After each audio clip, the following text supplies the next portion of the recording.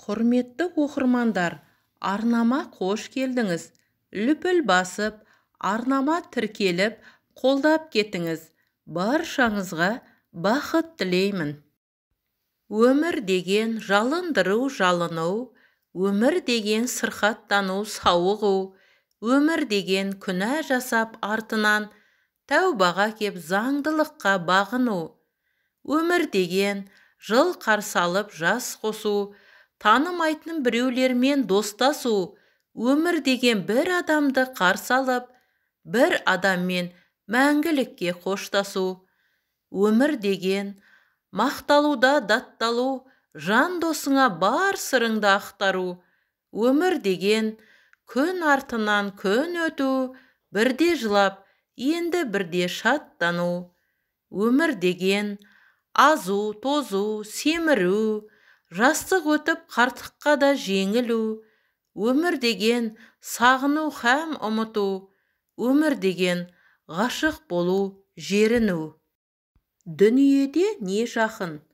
Тату болса ағайын жақын, ақылшы болса апайың жақын, бауырмал болса інің жақын, инабатты болса келінің жақын, алдыңа тартқан адаласың, қимас жақын қарындасың.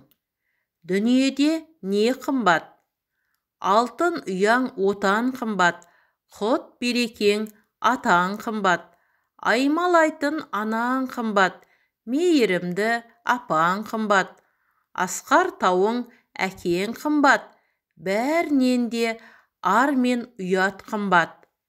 Дүниеде не қиын?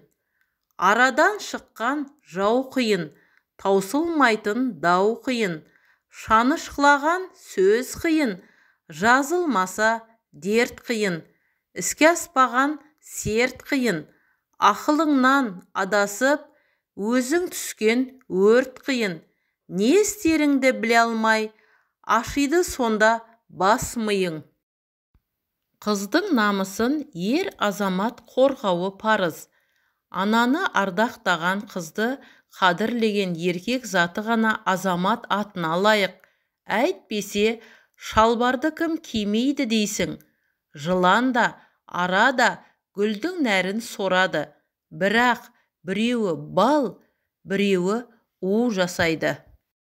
Мынау пәни жалғанда мінсіз адам болмайды. Бұл дүниедегі періштелер, сәбилер. Айыбың мен мініңді өзің түсінсең, санасыз болмағаның. Мына өмірде денсаулығың болған жақсы, берекең артып толғаны жақсы.